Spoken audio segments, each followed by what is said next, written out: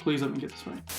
What's up, guys? Welcome back to the Knuckle Sandwich Podcast. I'm your host, Brandon Anderson, and today we're going over a much-anticipated bout at the heavyweight division, Ciryl Gane versus Sergey Spivac.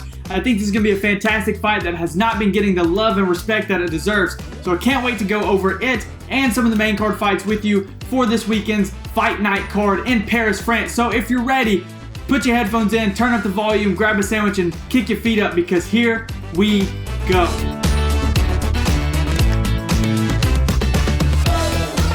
Alright, ladies and gentlemen, fantastic job last week. Go ahead and give yourself a round of applause because I'm giving myself one.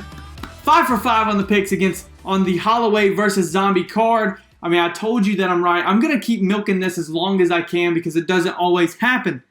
But this weekend we have an even better card, an even more stacked card, and honestly I think a card that, like I said in the intro, is not getting the respect that it does deserve. In the card in France, Ciryl Gane, Sergey Spivac, and many great main card fights as well, and even some good prelim ones.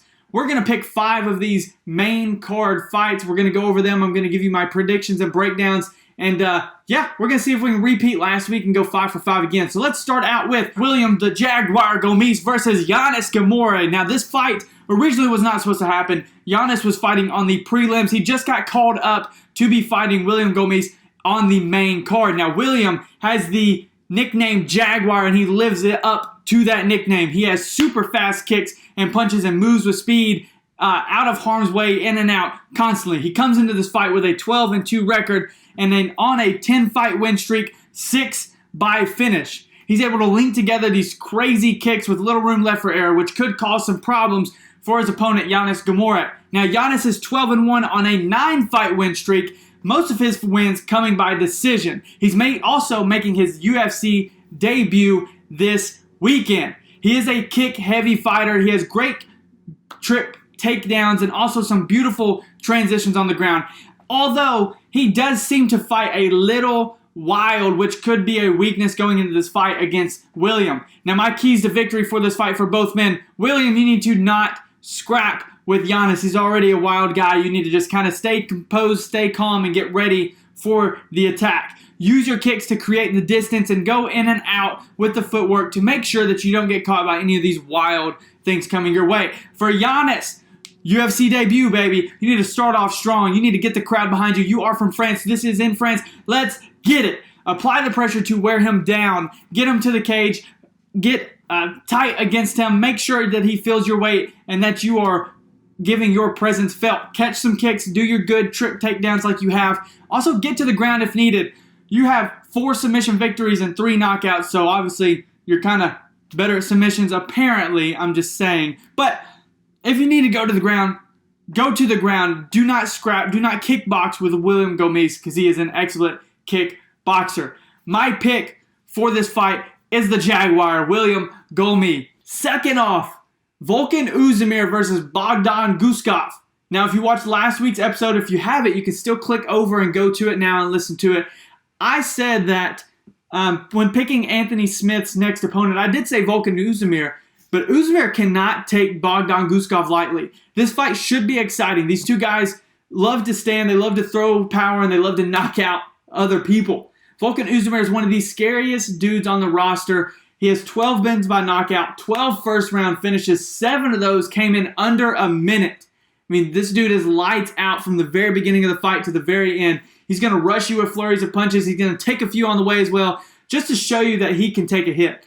But Bogdan Guskov is a monster in making his UFC debut in this fight. He's gotten the late fight call as Oezdemir was supposed to be fighting Azamat. Didn't go as planned, but now Bogdan is stepping in, like I said, making his UFC debut and watching some film on this guy. This dude is, he's like the second coming of Volkan Oezdemir, which I think is an even scarier fight for Oezdemir rather than Azamat. Bogdan is 14-2 with 12 knockouts. His last 5 in the first round, and I believe his last 2 combined are under a minute. It was like 35 seconds and 20 seconds. He is the number 1 ranked light heavyweight in the Asia Central Division, and then number 5 ranked active Russian pro light heavyweight fighter. This dude, his power in his right hand is among the best. He just loads up and throws and tries to knock your lights out. He's coming with bad intentions, And honestly, I can't wait to see the clash between these two fighters.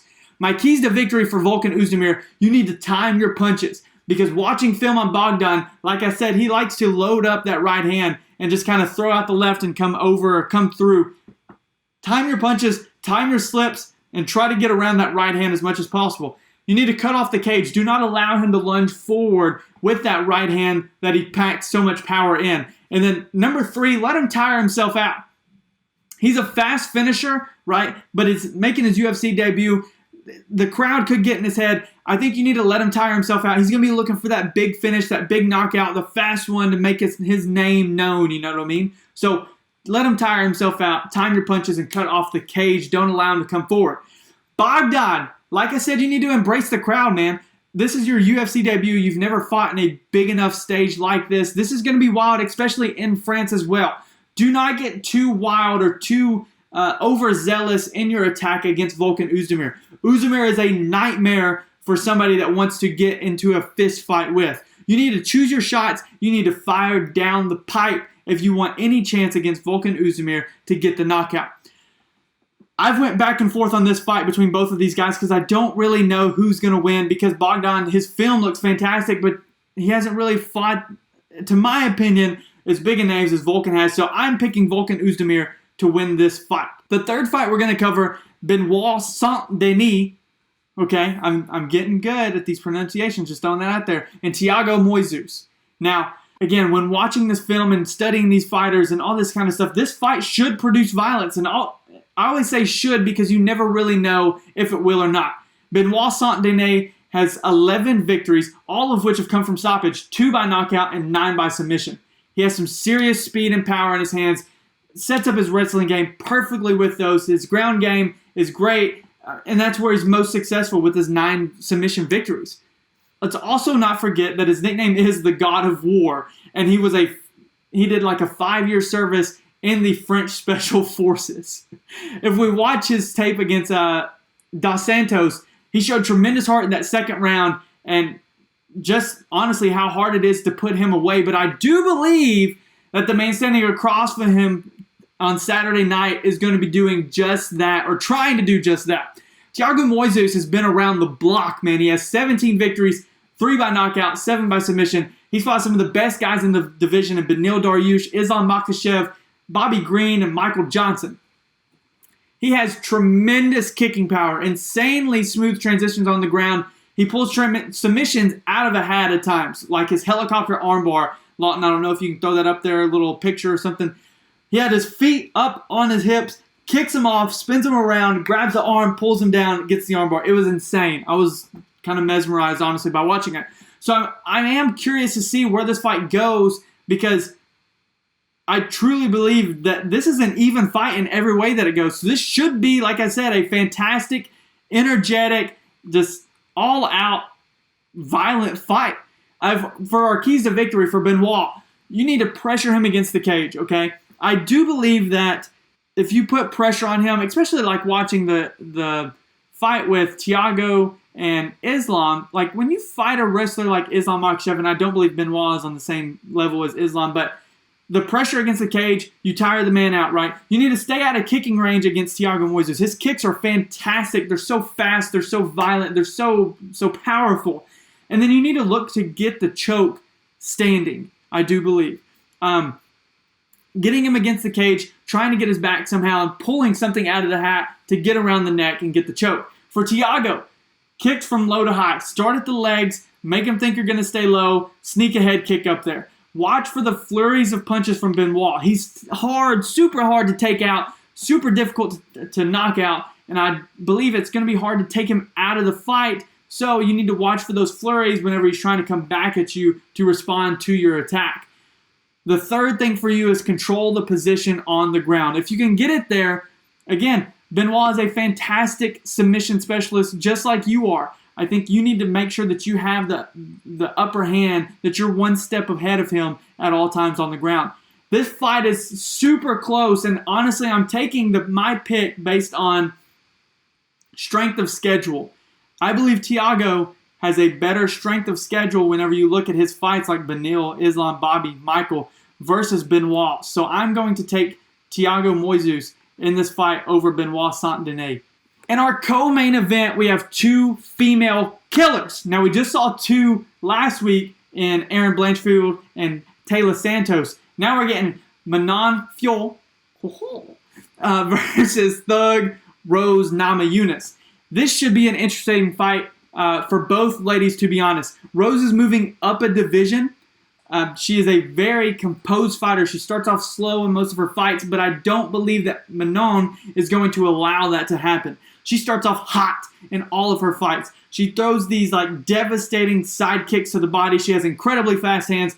She's on a 10-fight win streak, and honestly, that mostly comes from her constant forward pressure that I do believe could cause problems for Rose. Now, Rose is an incredible, and is an incredible ground game specialist. She's one of the biggest fan favorite fighters ever in the women's divisions, across all the divisions. She has huge wins over Joanna Jędrzejczyk, Jessica Andrade, Zhang Wei Li, Michelle Watterson. I mean, she has great footwork, can get her in and out of dangerous moments that I do believe that she will need to use that against the bigger and stronger Manon Fiorot. Keys to victory for Manon. You got to use those body kicks, girl. They are fan-freaking-tastic. They're so devastating. They're so lethal. They're overwhelming. And I think that in itself will be able to give you the upper hand. Number two, you need to overwhelm Rose with punches and bunches. She can take a hit, but I'm curious to see how she looks in this bigger division, right? Moving up a weight class is never easy. We saw Israel Adesanya try to do it against Jan Blachowicz and got beat. We've also saw success with Alex Pereira, with Anderson Silva, people like that have moved up and had no problem whatsoever.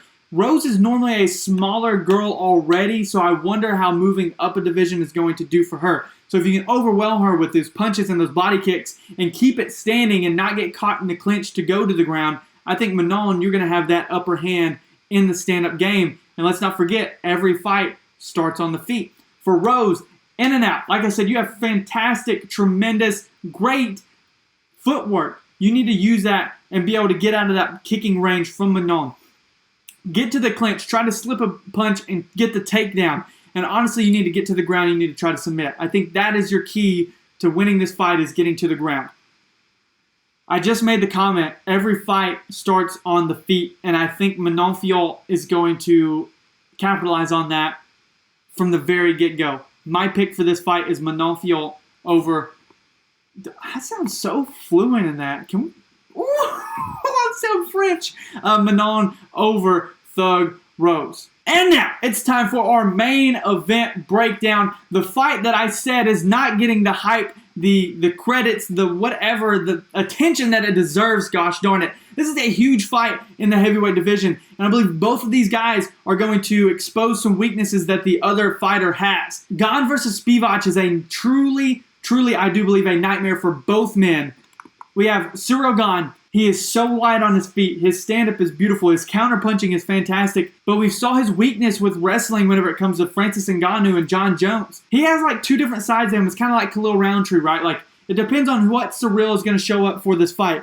We have Sergey Spivac, that is a tenacious wrestler. He looks to punish you on the ground and will weigh you down and rain heavy punches on you until you show some type of weakness. But his weakness is the guys that are fast and explosive strikers like Tom Aspinall, Myson Tabura, and Walt Frazier, all guys that are bigger but lighter on their feet and can move in and out, that are able to use takedown defense. Now, I've pulled up some stats on both of these guys because I do feel like this is a tug of war in, okay, well, who's going to expose which weakness first? With Spivac being an insanely good wrestler, he has a 65% completion rate on his takedowns. Ciryl only has a 40% takedown defense rate. It's a nightmare for Ciryl Gane. But I just made the comment earlier that every fight starts on the feet, and I keep going back and forth on this. And it's in France, I know, and blah, blah, blah, blah, but like, I think that the takedown offense from Spivac could make it a long day at the office for Gane, but I think the incredibly fast hands that are accurate and his footwork could make a difference maker at all. I don't know. I'm not sure. So the keys to victory for both of these guys. Let me go over that first, and then I'm going to give you my pick. Ciryl Gane, you need to stay off the cage, my brother. You need to stay in the middle of the cage. You need to stay out of takedown range because you've already shown the weakness, and I don't believe that you've gotten so much better to fight a Russian guy like Sergey Spivac, the polar bear, for gosh darn its sake. And then you need to counter his rush. If he's rushing in, you need to be able to step to the side and throw a straight to the jaw and maybe knock him down or knock him out. Like I said, you've got to use that footwork. For Spivac, you need to be aware of the counters. If you're rushing in, you need to be aware if he's going to the left or to the right. You need to be able to cut off the cage and get him close, and you need to be able to land the takedown because I don't believe that you are going to win the stand-up battle against Ciryl Gane, arguably one of the best strikers in the heavyweight division. I just need to, let me do this real fast. My pick, Sergey, the polar bear Spivac. I said it, I'm taking the upset in the main event in France. I don't care. The polar bear is taken down Gane. And to review our final picks for this weekend, we've got William Gomi, we've got Volkan Oezdemir, we've got Thiago Moises, we've got Manon Fior, French, and we have the upset of the night, Sergey Spivac, the polar bear, taking down Ciryl Gane in France. Man, I feel like I'm on fire right now. I feel like I'm like, I feel like a polar bear. I don't know, dude. Like, I'm honestly hyped up for this fight. So next week, if you don't follow our Instagram right now, you better go do it. It's a long weekend. I'm going on vacation. I'm going to the lake this weekend, baby. Still watching the fights, but I'm going to be posting everything on Instagram. We will not have a recap video going up next week. So be following the Instagram. Follow my Facebook, I don't freaking know, but YouTube, the TikTok, I'll be posting things there. I just won't be recording a whole podcast for YouTube on the recap. Now, the weekend after, we've got a huge week. Israel Adesanya versus Sean Strickland. Let me pull up the card real quick because it's freaking fantastic. Israel Adesanya, Sean Strickland. You've got Tai, Bam Bam, Tuivasa, Alexander Volkov. You've got Manel Kape, Justin Tafa, Austin Lane, Tyson Pedro's on the card, Carlos Ulberg, Jack Jenkins, Jamie Malarkey, Blood Diamond, Shane Young. I mean, hey, I'm telling you, get Junior Tafa on the freaking card. He's ready. He barely took damage. I really wish Kai Kara France was still on this card too. I don't think this is the best card that they could have made, but I mean, Izzy alone pretty much sells the fight and the Sean Strickland beef, so it's cool. I'm down with it.